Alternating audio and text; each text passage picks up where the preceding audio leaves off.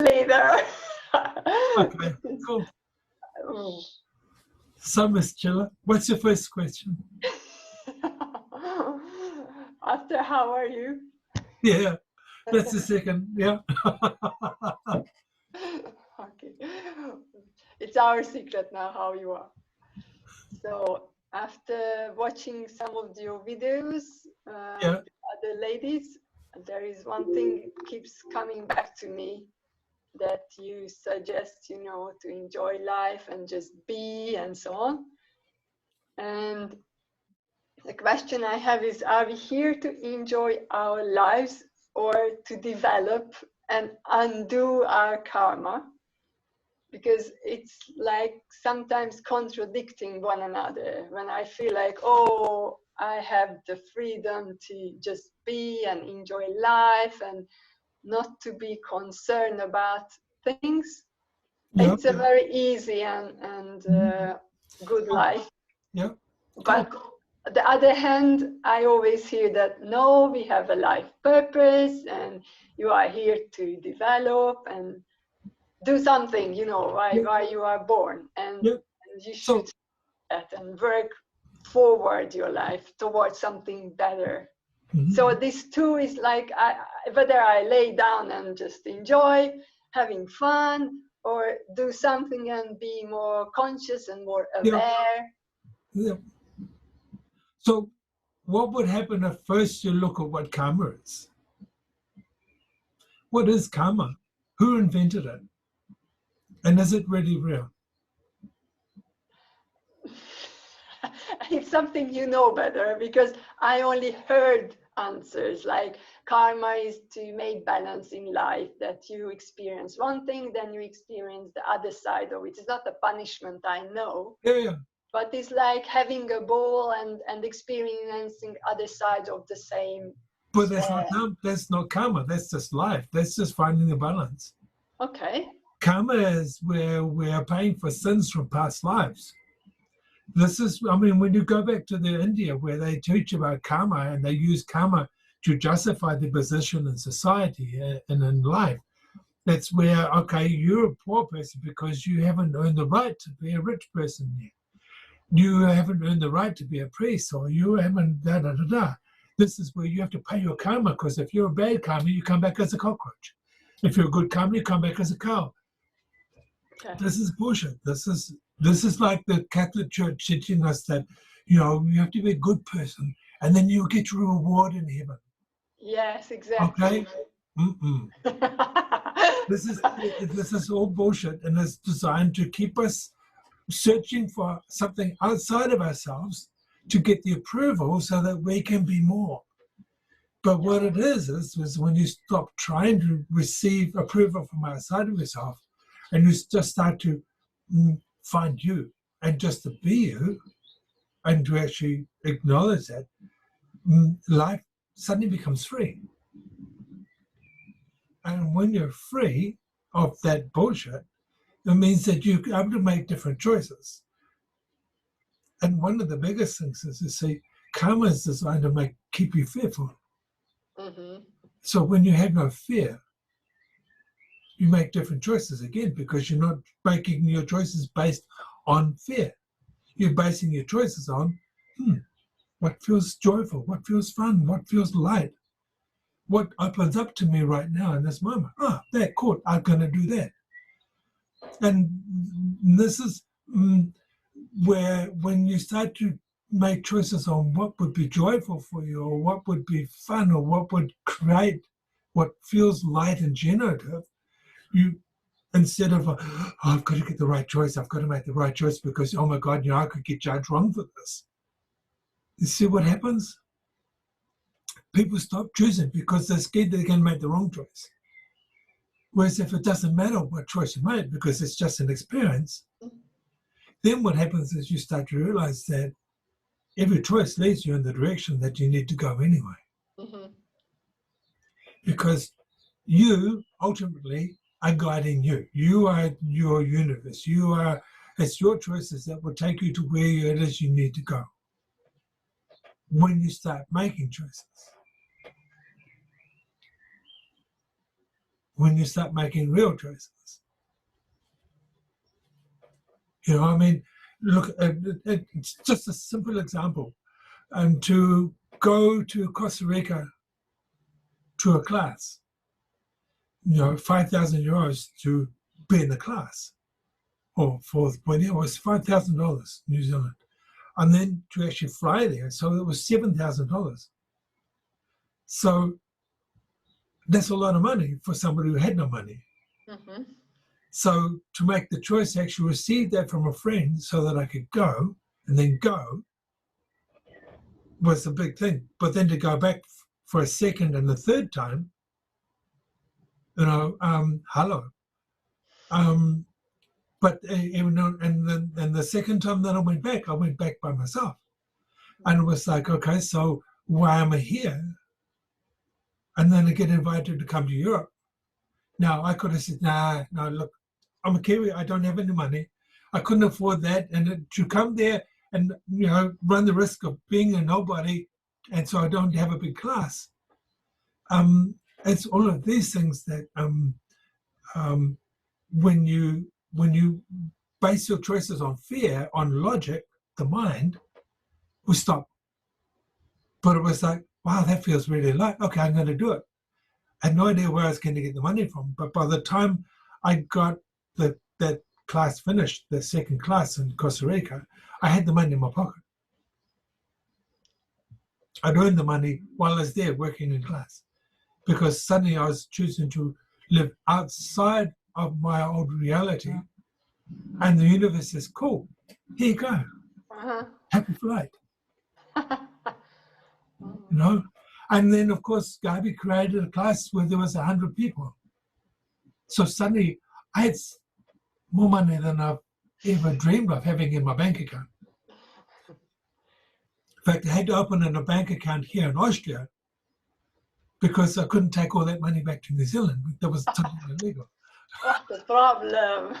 Yeah, but you know, it's like what happens is when you start to choose outside of that fear, then you suddenly get possibilities and other things open up to you that you couldn't see because the fear was there blocking that. And so for me, when I let go the bullshit around karma and karmic debt and I was able to then go, wow, so really life is about creating now. Life is about, it's not about trying to find my destiny, because by living and being open to and willing to the choices that were presented to me, I will be what it is I'm meant to be in this lifetime. So you can't mess it up. No, You think? no. You guarantee? Yeah, absolute. You know, when we look, I will call you from the other side. From this, Greg, you didn't say that. You lied. You lied. Yeah. Get back here. Yeah, but I mean, if you're here to experience. Yeah, well, if I'm here to experience, that's fine. But if I have a message, experience this or that. Yeah. Come back. This is your homework. Yeah, I mean, I was taught that before we were born, we had friends with us, were energetic beings with us, who we contracted with to be in certain times and spaces to prompt them to do different things and to be there for different things, experiences. Even if it's to be the victim of a murder or to be the murderer, you know, we contract to do this. It's like a game of chess. Yeah. We're just pieces that we move ourselves, not being moved. And it's like, oh, okay, cool. So no matter what I do, I'm doing the right thing. So when you make a decision, you actually, the right thing is not to think? To feel. To allow my body and my awareness of what feels joyful, what opens up that. Yeah. You know, when I'm here at home, I feel very happy and light and enjoy the weather. You know, I'm having fun. Yeah. But on the other hand, I have to go back to work. Yeah. You know, in this situation, I don't know how to apply this advice, because I would go for a direction that is more joyful than going back to the office, Yeah. any office. But I don't have any other, I mean, I obviously have, but I can't see what. So what would happen if, what makes me feel good, yeah, joyful, and yeah, gives me the living, or I can earn a living by that. so what would happen if you just look at this job that you have right now as a stepping stone to more? I mean, you're young. You know, life is about gaining experience, not just in the whole spiritual realm, but even in the physical. It's like I started out when I left school. I mean, from the time I was 11 years old, I was building garages with my father. When I left school, I was building houses with my father's friend and learning skills, but I was still just a boy. You know, and I learned and I learned and I learned, and I realized I didn't want to be a carpenter anymore. You know, and then I tried being a policeman, I tried being a fireman, I tried selling cars. Found I hated selling cars because it felt so dishonest to sell something a piece of shit. You know, my boss told me off one day because the guy came in and says, "I want that car." He says, "You don't want it. It's a piece of shit. Buy that one. It's safer." No, I want that. Well, okay, I told you. But you know, it's like, it's just like, wow, learning all this stuff. It's like going to a library, and the life is this library where there's all these books available to you, and you can pick and choose. You can decide, okay, I'm going to read fantasy, or I'm going to read encyclopedias. I mean, I did that for a few years when I was a teenager because I was bored. Yeah. You know? Take the Akasha one, and then you have it all. Yeah. Absolutely. And it's like when you start tapping into that and just being in that space of, wow, okay, so life is, I mean, I teach it in class that life is like a fun park. Okay, and this lifetime I've come to play in the water, in the water theme park. And next lifetime I'll come back and maybe ride the roller coaster, although this feels like a bit of a roller coaster or a wave pool, you know? Yes. And the time after that, I was probably or in the lifetime before, I was probably in the House of Mirrors or the smoke screens, you know? And it's just like, okay, cool. So these are different experiences. How do I deal with it? What do I learn? It's about that, and it's about learning to step past the motives, the emotions, and just going, oh, wow. And I'm learning more of that in this lifetime. I'm really, in the last few years, I've really learned to look at my emotions, where they come from, but also to go, oh, well, okay, so that doesn't work for me. And again, but the difficulty is learning to let go of those responses and change them. And that can be a long and painful journey. Sometimes it can be really fast. You know, it's like, okay, cool, gotcha.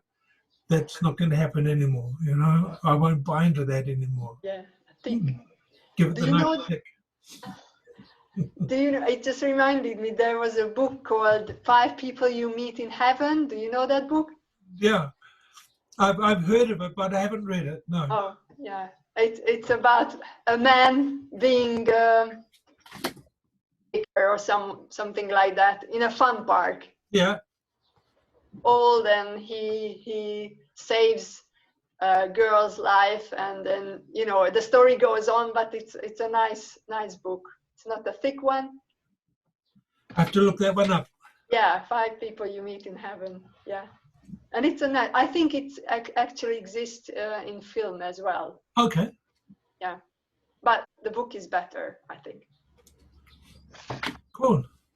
Thank you. Something similar topic, because that's also what you refer to many times. Same with accepting myself as I am now. Yeah. But I want to grow and change. This doesn't mean necessarily that I don't accept myself as I am now. But still, if I feel that it's not the happiest way I am, and I want to change certain things, and you say just choose it, yeah. Then something has to move on. So, were you born an adult, or were you in a baby's body first? I couldn't hear the beginning. Were you born as an adult? Nope.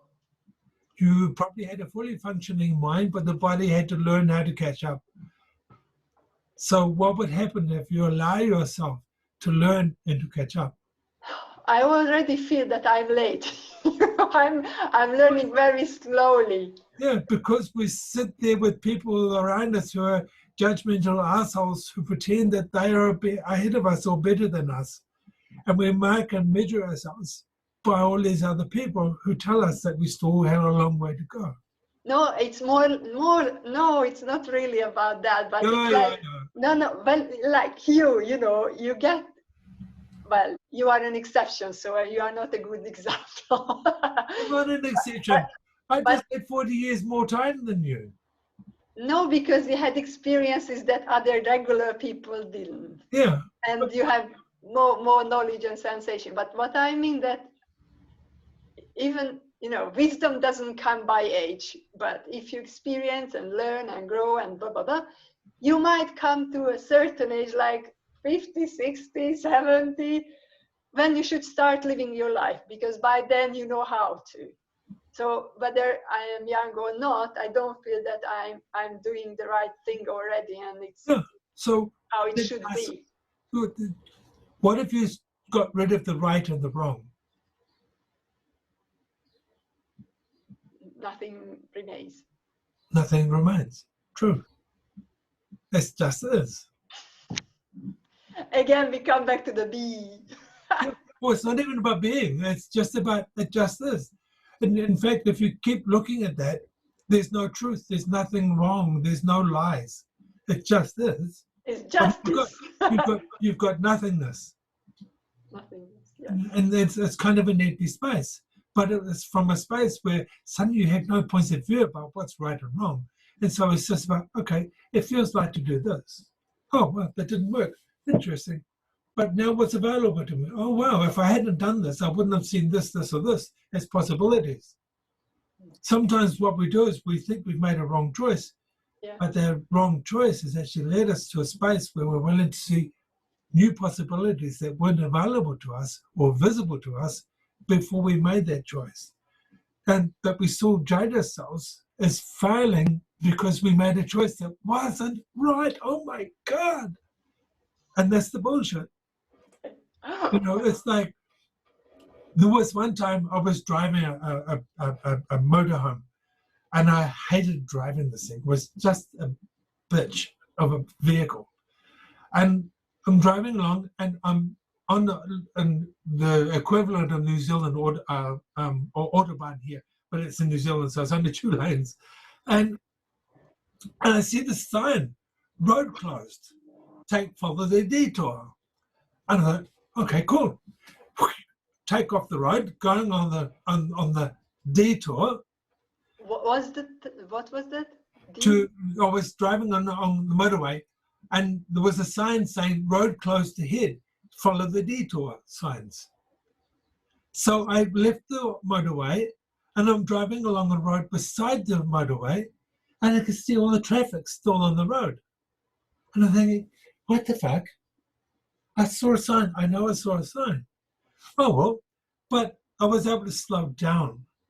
I didn't have to drive fast, and I got to see some scenery. And I was like, okay, cool. Bad choice, or was it? It was a different choice. I don't know what I missed by leaving the motorway, but I know what I found by leaving it. And I was able to relax. I still got to where I was going. My partner at the time was totally stressed because I'd left the motorway and it was like, and I had a headache from listening to that. But, you know, that's another story. You know, it's like sometimes what we think is the wrong choice isn't the detour at all. It's actually the right choice. And it just shows us different possibilities. And it's that. And again, you see, I'm listening to you and I feel like I have to reprogram my mind. No, I shouldn't do that because I want to change how it is. And, you know, it's a boxing ring in my head. And yeah. And it's we're taught to always find the right answer. Right from when we're tiny little kids, we have to find the right answer, because if we get the wrong answer, we're in trouble with our parents or with whoever's looking after us. Or the When school. we're at school, then we have to find the right answer, or we fail. And of course, you know, you leave school with the tag of being a failure. That's it, you know. So you have to succeed. You have to show that you're not a failure by finding the right answer. And in truth, there is no right answer. It's the answers are the ones that we're being told, but not necessarily the right answers. They're just an answer. Yeah. I've learned to tell people when I was at school what they wanted to hear, even though I knew it was wrong. Even when I was at university, I would tell my lecturers what they wanted to hear, even though I knew that they knew what they were teaching me was no longer true. So it was an agreement that you say the same things. Yeah, and it really pissed me off. And that's why my master's degree certificate sits in a folder out of sight, because it's just a worthless piece of shit. Yeah.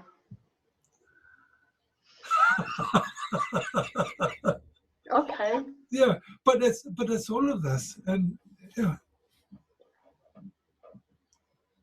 Can I go on? Yeah. Yeah, there is one thing that you also commonly say, that just be yourself and do not invalidate who you are. Yeah. In your book also, but what should I do with those words or emotions that cannot be said or shown? And it feels like not invalidate, but it's not in the right place, or I can't do with it because it's coming. It's inappropriate or not safe or blah blah blah. Yeah. Yeah. So it wants to radiate or come out or flow out of me like naturally, being me, validating myself, but there is something, a blockage. Like you're at a meeting and some creep wants to hug you and you don't want him to touch you. No, the other way around. Oh, you want to hug someone and not allowed. Yes, that's what it happens. Yeah, absolutely. But what would happen if you're willing to say, well, I know this feels strange, but would you mind if I give you a hug? But then you say that I could validate it, but there are cases when it's not possible, like I can't say or can't do. But sometimes it is inappropriate, and it is like, okay, let's willing to see that and make the choice. I mean, there are people I don't hug. I know everyone thinks that I hug everybody, but there are people I don't hug. There are people that when I first meet them, I step back, not because I don't want to hug them, but because I know they couldn't receive it. And then there are other people that I won't hug because I don't like them. I don't want to be within arm's length of them because I'll kill them. You know? But then you just do what you want. It's not the problem that you do what you want. No. The problem is that you can't do what you want. But even when I can't do what I want, and now if I do want to hug somebody but I can't, I don't do it. It's just like, okay, I see that there's something there, there's a stop. Okay, what is it? Okay, cool. It's inappropriate. Okay. That's not appropriate here. These people couldn't accept that or receive that. Okay, cool. But it's okay. And you don't make it right or you don't make it wrong. It's just is. And this is where we make ourselves wrong because, but I want. But it's like, so what? They can't receive it, so then don't do it. I mean, in the Bible, cast not thy pearl before swine. It's the biblical term. And it's where you don't put your treasures for people that in front of people that will trample it and destroy it. Yeah. So, for me, a hug is something I treasure, to receive it or to gift it. And if people are going to mock it or make it wrong, then they don't get it. And, you learn to discern that. And I've learned to stop making myself wrong for seeing people that can't receive from me. For whatever reason, even if it's just their own life history. And, Yeah, that's where I'm learning to, and it's taken time. I'm learning to value myself. Mm-hmm. Okay, thank you. You're welcome. It was yesterday that I listened to a video about how to raise one's vibration. Yeah. From love and gratitude, there was joy and enthusiasm mentioned, which you recommend us many times to find and practice in our lives. But you don't normally talk much about love, which is ranked as the highest frequency. How is it present in your life, and what are your ways of self-love? For me, love is, the Greek have 6 words for love or 5 words for love, and different levels of love, from erotic to just amore, just kindness. So what is that really? What is the word love really? It's a misused word. Uh-huh. Whereas gratitude, for me, is the greatest form of love. Because when you're truly grateful for somebody, there's a different energy. I'm grateful for your kindness. I'm grateful for your touch. I'm grateful for your love, your the sex, blah blah blah, whatever you want to call it. Whereas in this reality, love is used to manipulate and control, and it's not um, unconditional. Because I love you as long as you do what I tell you. Whereas when I'm grateful for you, I'm grateful for you. End of story. I'm not grateful for you until you stop telling me that you like me. I'm grateful for you. End of story. And there are many people that I don't like as people, but I'm grateful for them because they show me the things I didn't like about myself, or they show me things that I don't want to be in my life. Mm-hmm. And I can be grateful, truly grateful for them, and actually hug them from that space of gratitude. I mean, my father was an absolute, Bastard. Yeah. But, there were good points to him, too. He was kind when he wanted to be. He was gentle when he wanted to be, when it served his purpose. And so when I went to my grandmother's funeral, now, the long story, but I went to my grandmother's funeral and my family were ready for a battle because I went to the funeral only because my sisters begged me to go to look after them, to keep them safe. Okay? My family didn't know I was coming. But they all behaved themselves when I got there. Now, I walked in, I saw my father, I walked straight up to him, I gave him a hug, and I kissed him on the cheek, and I says, I'm really sorry for your loss. And he couldn't do anything because everybody there knew I meant it. Because there was just that energy. There was no aggression, no anger, no nothing. I just went into that space of gratitude. Yeah, it's unarming, I think. Yeah. But it's for me, it's the truest form of love. Mm-hmm. Because when somebody is truly grateful for you, then your barriers come down. I mean, if somebody could look at your body and look at your body from that space of absolute gratitude for being allowed to look at your body or to see you, what happens to your body? I should feel it.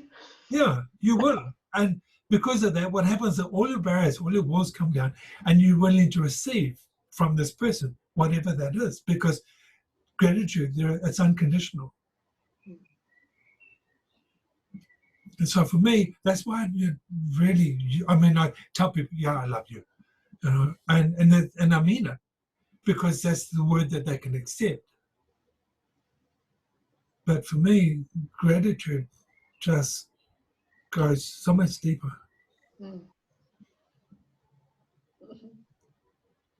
Yeah, so much deeper, because for me, it's unconditional.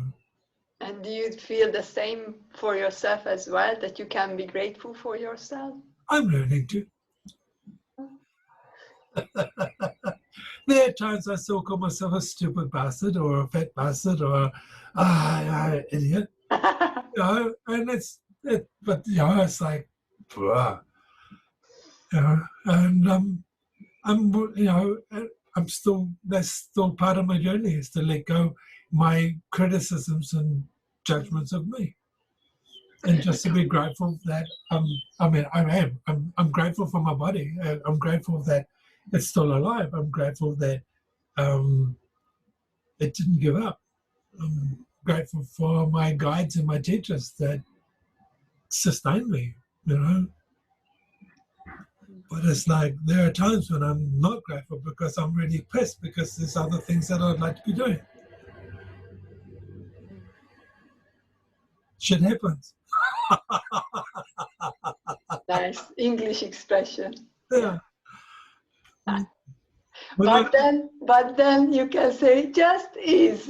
Yeah. Oh, just is. Yeah. You wipe it off and you carry on and you laugh about it later. You know?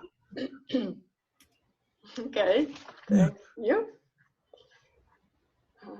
You said you are expecting people to ask you questions, but you have the knowledge about things that we don't even know you have, or probably people wouldn't believe if you reveal it. Yeah. Reason for you or some others to know about past incarnation when almost from everybody it is hidden. I always think that it is a tricky task to fulfill your life purpose when homework is left behind as well.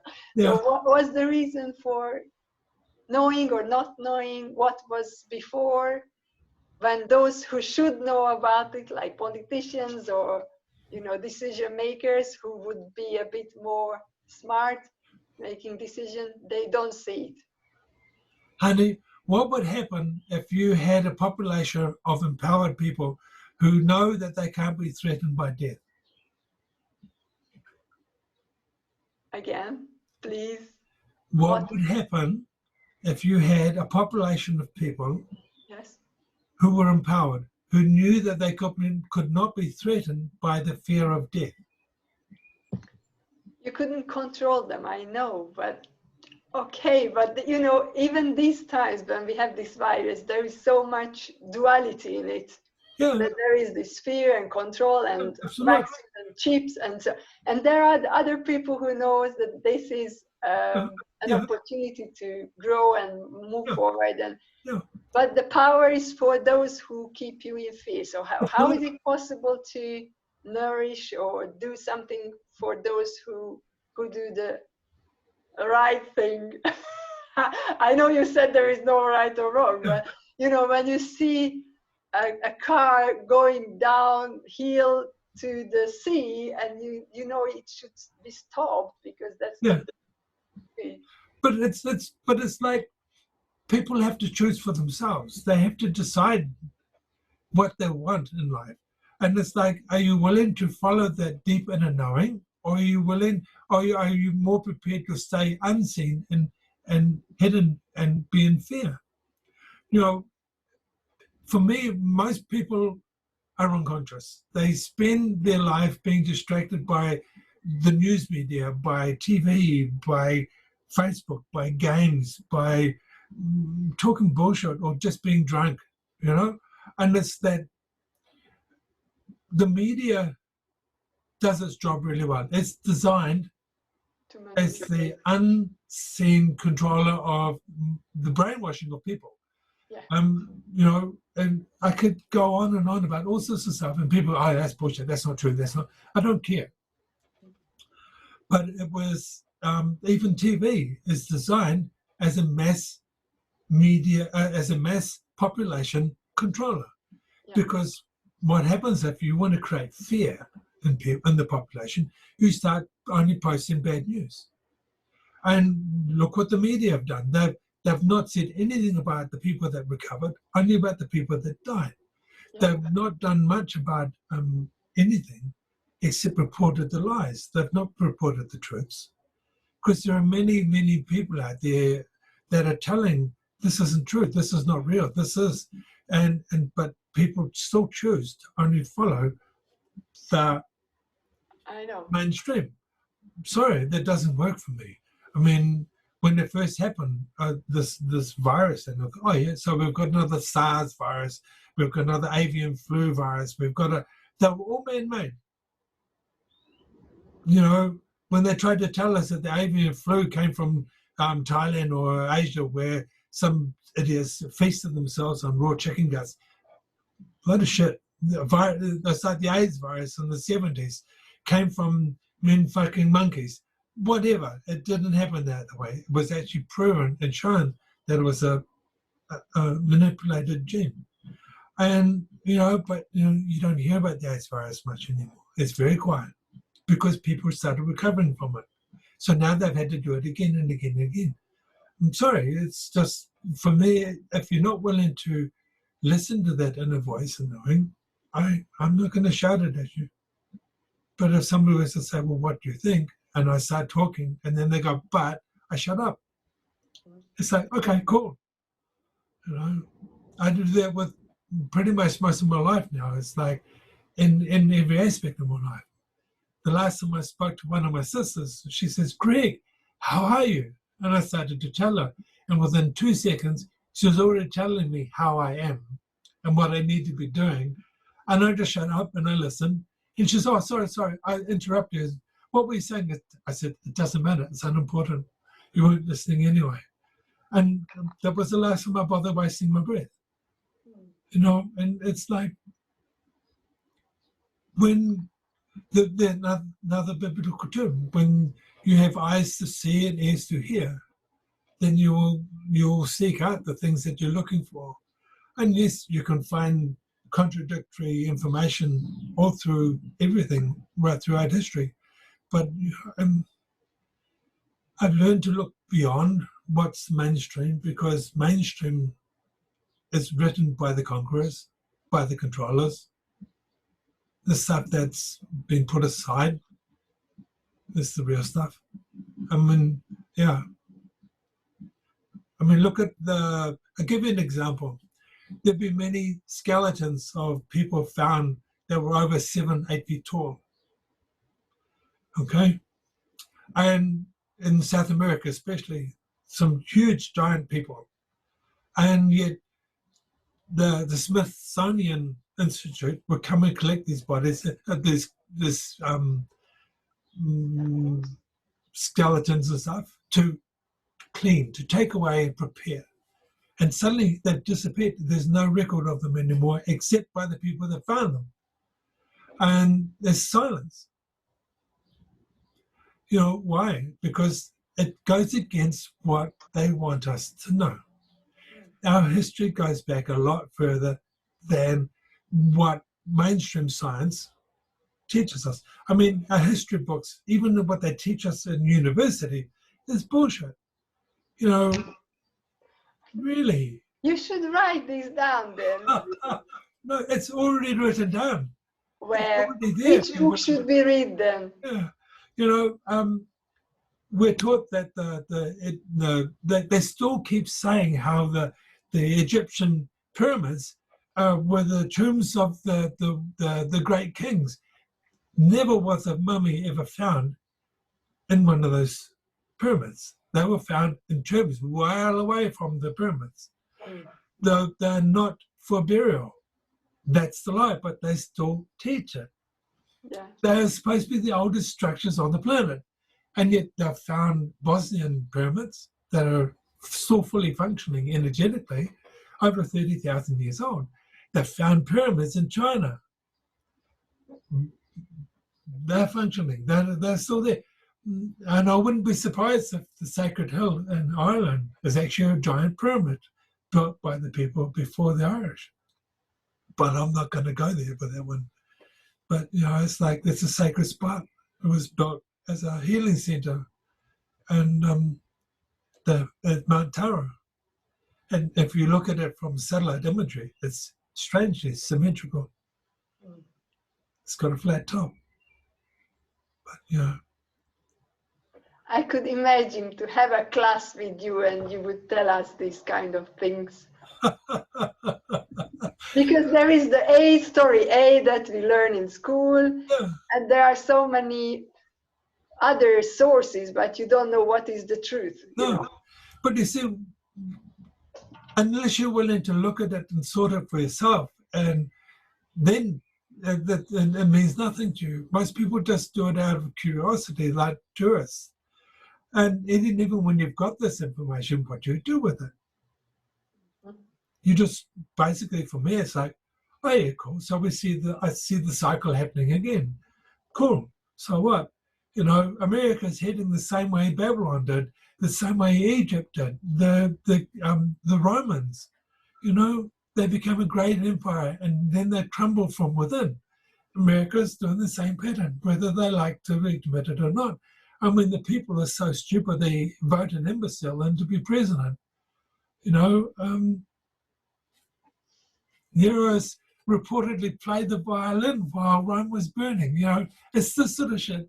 And what we're seeing is this is happening all over the world. And it's, if you're willing to see it, then you'll ask questions. If not, people don't. And that's why I don't talk a lot. I mean, I was a Mormon. I grew up in the Mormon church. My grandmother raised me there from the time I was 8.5 years old. And I was, I read a lot of books. And I read, so by the time I was 20 years old, I'd read basically most books that were available to me in the Mormon church. And I stood up in a meeting one day because we had this dignitary coming from America, and I asked him a couple of questions. And all he could answer me was you shouldn't be looking and diving into the dark secrets of the unknown. And really, basically, what he was saying is he didn't know, but he didn't want me to find out either. You know, and it's like, but these are your books. You mention this stuff in your books. Why, if you're going to say it and you don't have an understanding what it is you're talking about, what is this? And it's, I mean, yeah, people would quote stuff. Like being ignorant, you can be controlled. Yeah. And people hated it. They would treat me as a stupid Mary, but when they found out that I wasn't, they really didn't like it. Yeah. Life, shit happens. Ah, again. I have a deja vu. Did I hear it already? Yeah. Today. Yeah. Okay. So I skip one question because I'm starting to learn from your answers. yeah.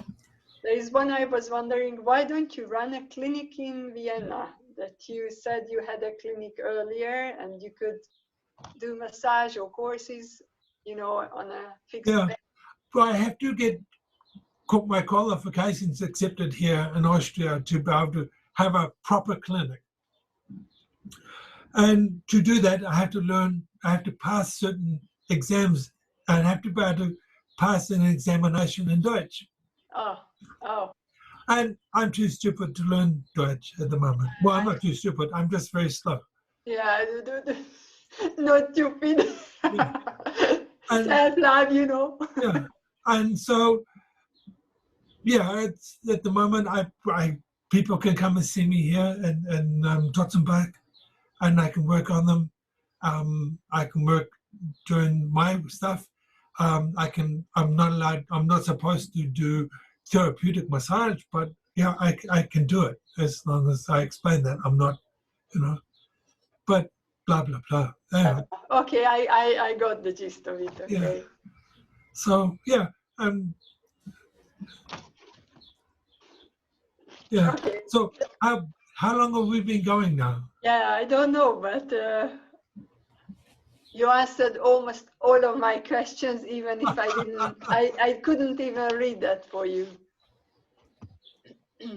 Cool.